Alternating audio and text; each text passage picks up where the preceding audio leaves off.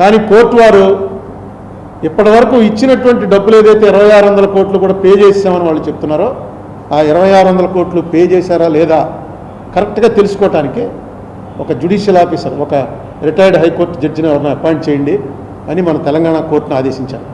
ఆదేశించినప్పుడు వాళ్ళు అభ్యంతరం చెప్తూ ఇది అయిపోయిన దాని గురించి మళ్ళీ దీన్ని తెరుస్తారంటే 45S వరకు ఓకే, ఇప్పటికి వచ్చారు ఈ మాట. నేను మొట్టమొదటి నుంచి చెప్తున్నా, సిద్ధార్థ లోదరాని అనేక సార్లు కోర్టు వరండాలో కలిసినప్పుడు చెప్పాను, నువ్వు ఆ డబ్బులు గొడవది వదిలే 45S వరకు మాట్లాడు, నేను ప్లీడ్ చేస్తాను కోర్టుకి. అయ్యా రామోజీరావు గారు పెద్ద ఆయన నేను జైల్లో పెట్టాలనో ఆయన ఏదో శిక్షించాలనో కోరిక కాదు, నాకు ఒక ప్రెసిడెంట్ కావాలి, ఇలా చేస్తే ఇది తప్పు అని నేనే ప్లీడ్ చేస్తాను అని సిద్ధార్థ లోదరాతో అనేక సార్లు చెప్పాను. ఈవేళ ఈయన ఎప్పుడైతే మొత్తం విప్పి అందులో ఉన్న వాటి మీద ఒక జడ్జి గారి చేత ఎంక్వైరీ చేయించండి అని అన్నారో అప్పుడు మళ్ళీ వీళ్ళు దిగొచ్చి అభిషేక్ సింఘ్వి గారు ఏమంటే అది పక్కన పెట్టేయండి, ఇవన్నీ కూడా పక్కన పెట్టేసి అది ఓపెన్ పెట్టండి, 45S వరకు ఓపెన్ పెట్టండి అన్నాడు. అంటే ఓకే, అది ఓపెన్ పెడుతున్నాం, రిజర్వ్ బ్యాంక్ని పార్టీ చేస్తారు, ఇది కూడా ఒక ఆఫీస్ అనేసి. ఎందుకంటే 5000 10,000 ఉన్న వాళ్ళు డిపాజిట్ చేసుకున్న వాళ్ళు ఉంటారు. జడ్జి గారు అన్న మాటలు 5000 10,000 డిపాజిట్ చేసుకున్న వాళ్ళు కోర్టుకు రాగలరా? 50,000 ఫీజు ఇచ్చి వాళ్ళకు కూడా న్యాయం జరగాలి కదా. మీరు కరెక్ట్గా పే చేసేసాం అంటున్నప్పుడు ఏముంది ఇందులో? చూస్తారు, ఎంక్వైరీ చేస్తారు. ఎవరన్నా పిటిషనర్స్ ఉంటే మా డబ్బు రాలేదండి అంటే కోర్టుకి ఒక కాగితం పెట్టుకుంటారు, వాళ్ళ డబ్బు వాళ్ళకి ఇప్పించేస్తారు. నో సరిగ్గా 80 నిమిషాల సేపు ముగ్గురు అడ్వకేట్లు, టాప్ అడ్వకేట్స్, ఇవాళ ఇండియాలో ఉన్నటువంటి టాప్ అడ్వకేట్స్ ముగ్గురు వచ్చి 80 నిమిషాలు ఆర్గ్యూ చేశారు. నేను అసలు నోరెప్పలేదు. నేను ఇదిగో నా మీద వచ్చినప్పుడు మేము ఎత్తాను తప్ప, ఎందుకంటే రమేష్ చెప్పాడు పక్కనే ఉండి, నేను కూడా చెప్దాం అనుకున్నాను, నువ్వేం మాట్లాడుకో, ఎందుకంటే క్లియర్గా ఆయనే ప్రశ్న వచ్చి జడ్జి గారే ప్రశ్న ఇస్తున్నాడు. మనం వేసిన దానికన్నా జడ్జి గారు వేసే ప్రశ్నకి వాల్యూ ఎక్కువ ఉంటుంది, నువ్వు మాట్లాడకన్నాడు. నేను పక్కనే ఇంకో సీనియర్ అడ్వకేట్ స్టేట్ గవర్నమెంట్ తరఫున వచ్చిన నేను ఈ పక్కన నిలబడతాం, వాళ్ళు ముగ్గురు వాళ్ళు ఆ పక్కన నిలబడతారు, జడ్జీలు పైన కూర్చుని ఉంటారు. నేను అంటే నిరంజన్ రెడ్డి గారిని అడిగాను మాట్లాడొద్దంటే, ఆయన కూడా court will take care of. అంటే నిజంగా చెప్తున్నాను, నాకు అనిపించింది ఆ ఇద్దరు కూర్చున్న జడ్జీల్లో ఒక ఆయన ఎన్టీ రామారావు ఫోన్ ఉంటాడు, ఇంకొక ఆయనకి రాజశేఖర రెడ్డి ఫోన్ ఉంటాడు. ఎందుకంటే రాజశేఖర రెడ్డికి ఫోన్ జడ్జి గారు ఏం మాట్లాడాల అలా కూర్చున్నాడు. ఎన్టీ రామారావు గారు ఆయన పెద్ద జడ్జి ఇద్దరులో, ఆయన ప్రతి దాన్ని వాళ్ళు పెట్టిన అంటే అంత చదువుకుని వచ్చారు. కోర్టు ఎన్నండి మేము వేసిన పేజీలు ఎన్ని ఉంటాయనుకుంటున్నారు? ఈ కేసుకు సంబంధించి కోర్టు వారి దగ్గర 1000 పేజీలు ఉంటాయి. మేమేసింది, వాళ్ళు వేసిన దాని మీద మేము వేసింది, మధ్యలో వచ్చి గవర్నమెంట్ వేసింది, కౌంటర్ ఎఫిడవిట్లు ఇవన్నీ ఎప్పుడు చదివారో, ఎలా అంతా ఇచ్చేశారో, ఎవరు అసిస్ట్ చేశారో, నిజంగా గ్రేట్. వాళ్ళు చెప్పిన ప్రతి పని, ఎందుకంటే అడ్వకేట్స్ బోర్డు అంతా డబ్బులు తీసుకుని వస్తారు కాబట్టి వాళ్ళు ఎలా ట్విస్ట్ చేయాలో దాంట్లో ఎక్స్పర్ట్లు, అందుకే ఆ లెవెల్కి వెళ్ళారు వాళ్ళు. అంతంత పేమెంట్లు తీసుకునే అడ్వకేట్స్గా పెరిగారంటే అపారమైన మేధస్సు ఉండాలి. నెక్స్ట్ ఒకసారి చదివితే వాడు మర్చిపోయి ఏకసంతగ్రాహిలు అయి ఉండాలి, విపరీతమైన మెమరీ ఉండాలి. అటువంటి వాళ్ళతోటి జడ్జీలు ఈక్వల్గా వాళ్ళే మాట్లాడారు, వాళ్ళే చేశారు. ఈ కేసులో న్యాయం జరిగిందంటే అది నా వల్ల కాదు, state government pleader Niranjan Reddy గారో లేకపోతే గవర్నమెంట్ వారో కాదు, జడ్జీలు వారి నిజంగా వాళ్ళకి హ్యాట్స్ ఆఫ్.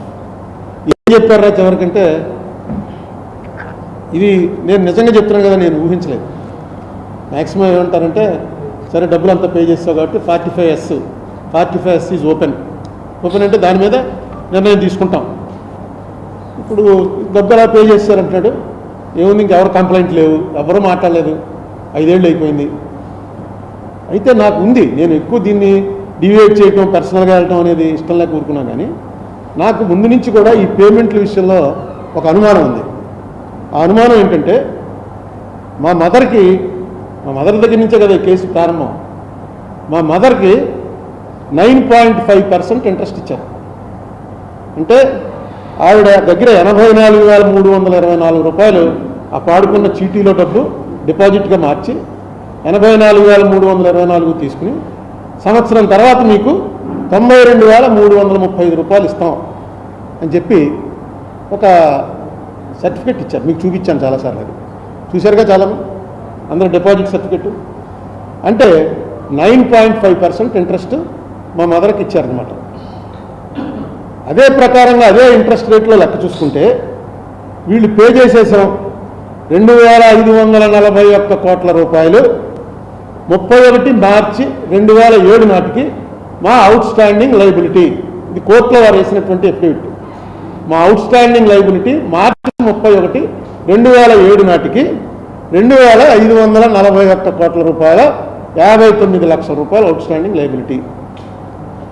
రీపేమెంటు ఆగస్టు 31, 2018 నాటికి, అంటే డిసెంబర్లో కేసు కొట్టేశారు కదా, 18 నాటికి కోర్టులో వేశారు. ఎంత రీపేమెంట్ చేశారు? 2,596 కోట్ల 98 లక్షలు చేశారు. ఇంకొక 5 కోట్లు ఆ రీపేమెంట్ ఎవరు తీసుకోలేదని ఆయన దగ్గర ఉండిపోయింది, ఎస్క్రో అకౌంట్లో ఉందని చెప్పారు.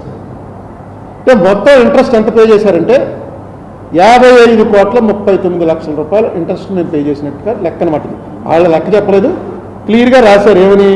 మొత్తం ఇంక్లూడింగ్ ఎక్యూర్డ్ ఇంట్రెస్ట్ మేము అందరికీ పే చేసాం అని ఎఫిడవిట్ వేశారు.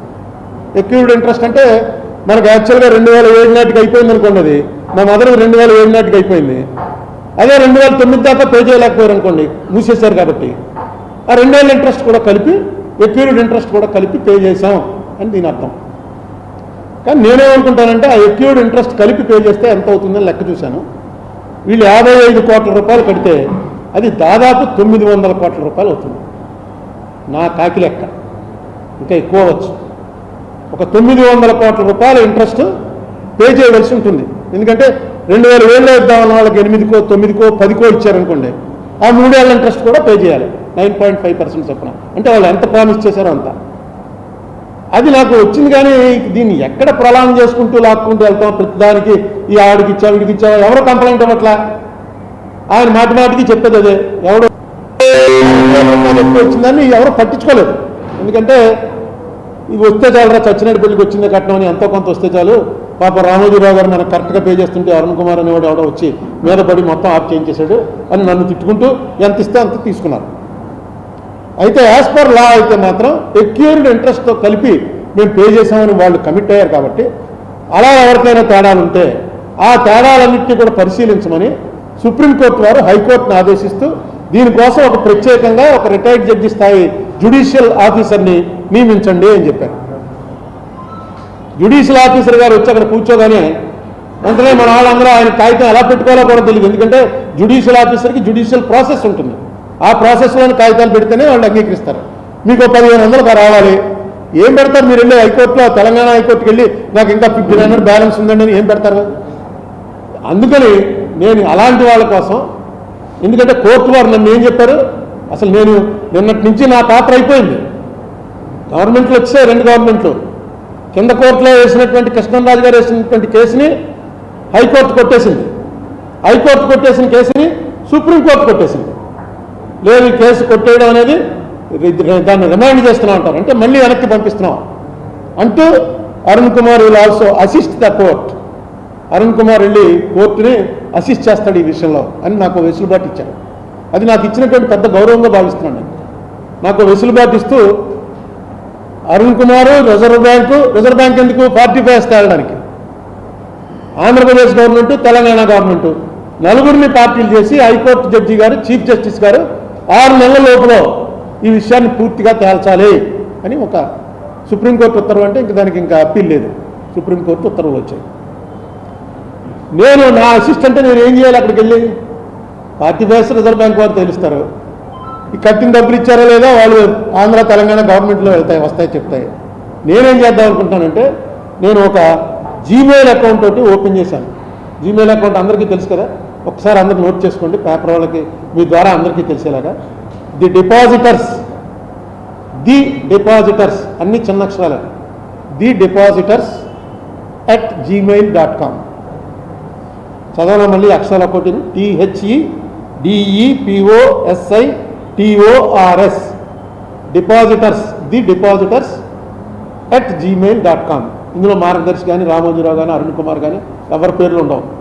Please subscribe .news.